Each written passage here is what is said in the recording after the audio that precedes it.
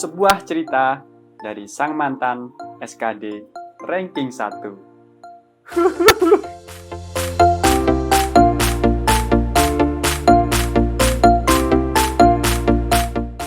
Selamat datang kembali di channel Arsip Studio, masih bersama saya, satu-satunya, Tubagus Hanan Trisno, yang masih dalam seri video seleksi CASN di tahun 2021, di mana pada video kali ini, pada kesempatan kali ini, saya akan berbagi, menginspirasi teman-teman, gimana sih saya dulu bisa memperoleh ranking 1 dengan memperoleh skor 401 di tes SKD di tahun 2019 kemarin.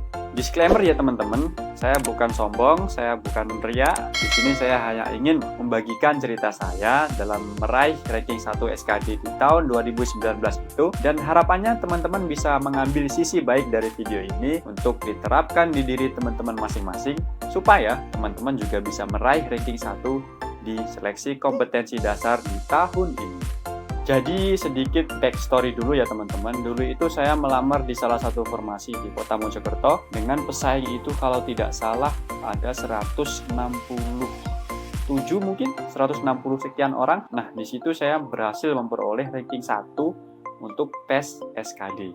Itu tentu bukan kebetulan ya teman-teman. Keberuntungan mungkin ada, tetapi di balik keberuntungan itu tentu ada usaha yang saya lakukan untuk mencapai titik yang saya capai itu. Jadi kata orang, keberuntungan itu kan hasil buah dari kerja keras. Kalau kita kerja keras, tentu kesempatan dan keberuntungan itu akan menghampiri kita. Nah, apa saja yang saya lakukan untuk mempersiapkan diri saya untuk menghadapi tes SKD waktu dulu itu? Hal pertama yang saya lakukan adalah memotivasi diri, menanamkan keyakinan di dalam diri bahwasanya saya itu setara atau bahkan lebih dari pesaing-pesaing saya di formasi tersebut. Jadi teman-teman, percaya diri aja kalau teman-teman itu bisa. Yakinkan diri kalau teman-teman itu bisa. Tapi jangan sampai berlebihan ya teman-teman.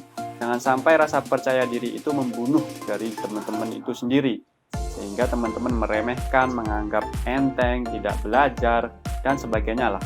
Jadi percaya diri itu perlu, tapi tetap diiringi dengan rasa rendah hati. Oke? Yang kedua adalah teknik belajar yang efektif dan efisien. Nah, saya akan berbagi mengenai gimana sih saya dulu itu mempersiapkan diri dari segi materi untuk persiapan tes SKD. Yang pertama, saya itu mempelajari dari dulu itu ada bimbingan online CPNS. Nah, saya ikut tuh. Kalau nggak salah namanya itu Apta School. Saya bayar 100.000, dapat akun, dan di situ saya bisa mengakses ratusan mungkin tipe-tipe soal seleksi CPNS di tahun-tahun sebelumnya. Dari situlah saya mulai mengenal gimana sih bentuk soal dari tes CPNS itu, tipe-tipe soalnya seperti apa, terus kemudian materi yang biasanya keluar tiap tahun itu seperti apa. Nah, di situ saya mulai mengenali, kemudian saya mulai terbiasa atau membiasakan diri dengan tipe-tipe soal tersebut. Karena teman-teman ya, biasanya untuk jenis dan tipe soal untuk tes CPNS itu tiap tahun itu berulang. Tiap tahun itu polanya sama, jenis soalnya itu sama. Jadi sangat efektif kalau teman-teman mengetahui dan mengenali gimana sih soal-soal tes CPNS itu sebelum teman-teman menghadapi tes SKD. Kemudian untuk mempersiapkan diri lebih matang, teman-teman setelah mengenali jenis-jenis soal tadi, teman-teman bisa mencari FR yang saya yakin nanti akan bertebaran di media sosial tentunya ya. Paling utamanya itu paling banyak di media sosial. Jadi teman-teman tahu tuh tipe soalnya itu kayak gimana sih, tingkat kesulitannya itu seberapa sih. Nah, di situ teman-teman akan mulai terbiasa dan menganalisa untuk bisa mencari jawaban atau penyelesaian dari jenis-jenis soal tersebut. Dan teknik belajar saya yang ketiga yang saya rasa ini paling ampuh, paling efektif, paling efisien, paling the best yang bisa teman-teman praktekkan, yaitu dengan menonton YouTube. Jangan anggap sepele ya teman-teman, karena YouTube itu bisa jadi sarana yang menentukan tingkat kemahiran kita dalam menyelesaikan suatu soal SKD CPNS. Saya dulu itu menemukan tentunya ada banyak channel-channel CPNS yang mengulas mengenai soal-soal SKD CPNS, tapi ada satu yang saya paling suka, yaitu channel dari namanya itu Viracun, kakak Viracun ya, di akunnya itu sangat-sangat membantu. Mungkin kalau kakak Viracun menonton video ini, saya ucapkan terima kasih atas video-videonya yang sangat membantu saya. Nah, kenapa kok video YouTube itu efektif teman-teman yang membahas soal-soal? Karena di video YouTube itu biasanya diangkat per video itu satu jenis soal SKD yang paling sering keluar dan dibahas secara mendetail. Cara memecahkan atau menjawab soalnya itu seperti apa, kemudian kemungkinan modifikasi soalnya itu seperti apa, itu dibahas tuntas, benar-benar dibahas tuntas teman-teman. Kalau di buku kan kita membaca sendiri. Nah, di situ kita seperti punya guru privat untuk menjelaskan kepada kita gimana sih cara menjawab soal-soal di tes SKD tersebut. Dan ini biasanya lebih banyak di soal-soal yang eksak ya teman-teman, di soal-soal TIU seperti aritmatika, deret, kemudian ya adalah banyak soal yang jawabannya itu pasti. Nah, itu ada caranya masing-masing teman-teman. Jadi teman-teman nanti akan tahu cara menjawab soal itu secara efektif, nggak buang-buang waktu, dan jawabannya itu betul. Jadi itu akan sangat membantu. Jadi setelah mengetahui soal-soal dan cara penyelesaiannya, baik itu dari FR, dari YouTube, teman-teman catat, itu benar-benar teman-teman catat bagaimana atau urutan langkah-langkah menjawab soal itu teman-teman catat, karena pada saat tes nanti yang ada itu teman-teman akan melawan waktu.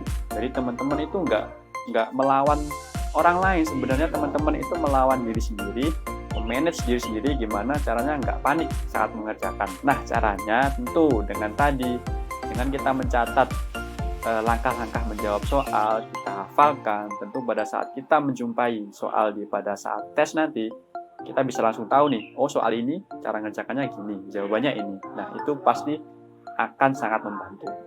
Dan yang terakhir, jangan lupa teman-teman ya, sering-sering ikut tryout. Banyak di internet itu yang mengadakan tryout CPNS atau CASN itu. Ada yang gratis, ada yang bayar. Teman-teman tinggal pilih lah, disesuaikan dengan kesukaan dari teman-teman sendiri. Dan tryout itu sangat penting karena di tryout itu kita bisa mengukur, yang pertama, kecepatan kita mengerjakan soal itu seberapa. Jangan sampai kita kekurangan waktu ya teman-teman. Terus kemudian yang kedua, kita bisa mengukur kemampuan kita itu seberapa. Misalnya dari target kita memperoleh skor 350, ternyata kita dari 5 kali tryout baru rata-rata dapat 300 poinnya atau skornya. Nah, itu kita bisa mengukur. Jadi tryout itu sangat penting untuk bisa mengetahui kemampuan dari teman-teman. Selanjutnya adalah pada saat tes berlangsung. Usahakan ya teman-teman, kerjakan dari soal yang paling bisa. Jadi kalau ada soal yang teman-teman yakin untuk bisa mengerjakan, yakin dengan jawabannya, kerjakan. Tapi kalau teman-teman begitu lihat soalnya masih mikir, skip, lanjut ke soal berikutnya. Kenapa seperti itu? Supaya teman-teman itu nggak buang-buang energi, nggak buang-buang waktu untuk memikirkan soal yang belum tentu teman-teman itu bisa menemukan atau menjawab dengan benar. Karena sekali lagi di sini teman-teman nanti akan berburu atau berpacu dengan waktu. Jadi kerjakan yang bisa, yang yakin bisa dikerjakan, yang ragu tinggal. Karena nanti akan ada penanda teman-teman. Soal yang sudah dijawab itu biasanya warnanya hijau, soal yang belum dijawab warnanya kuning atau oranye. Jadi nanti pada saat teman-teman sudah menyelesaikan soal-soal yang sudah dijawab, kemudian masih ada sisa waktu, dan harusnya masih ada sisa waktu, teman-teman bisa mengulangi lagi untuk menjawab soal-soal yang belum dijawab. Kemudian yang tidak kalah penting juga, fokus teman-teman ya, fokus, konsentrasi, jangan hiraukan peserta lain, karena nanti pada saat waktu kurang dari setengah jam mungkin atau 15 menit, sudah banyak yang keluar, teman-teman jangan panik, jangan gugup, karena mau 15 menit, 10 menit, 5 menit waktu yang tersisa, itu bisa krusial teman-teman. Itu bisa teman-teman manfaatkan untuk mengecek kembali jawaban atau soal-soal yang teman-teman masih ragu. Jadi kalau melihat peserta lain sebelah kanan kirinya itu sudah keluar dulu, jangan panik. Tetap kerjakan aja, manfaatkan waktu semaksimal mungkin. Diberi waktu 100 menit, ya habiskan 100 menit. Walaupun teman-teman sudah selesai di 75 menit misalnya, ya pakai waktu yang tersisa itu untuk memeriksa kembali jawaban-jawaban yang masih ada keraguan di situ. Ya, mungkin itu mengenai cerita saya, sharing bagaimana saya dulu itu bisa memperoleh ranking 1 di SKD. Tentu ada yang bisa teman-teman terapkan, ada yang tidak. Yang terpenting adalah ambil sisi baik dari apa yang saya ceritakan. Kalau bisa diterapkan, ya diterapkan. Yang terpenting adalah teman-teman bisa mengukur diri sendiri untuk bisa meraih kesuksesan di tes SKD, SKB, seleksi pemberkasan, hingga nanti bisa memakai lambang atau pin Korpi di dada kiri. Mungkin itu yang bisa saya bagikan. Saya Tubagus Hanan, di belakang kamera ada istri saya seperti biasa. Kami mohon diri, kami pamit.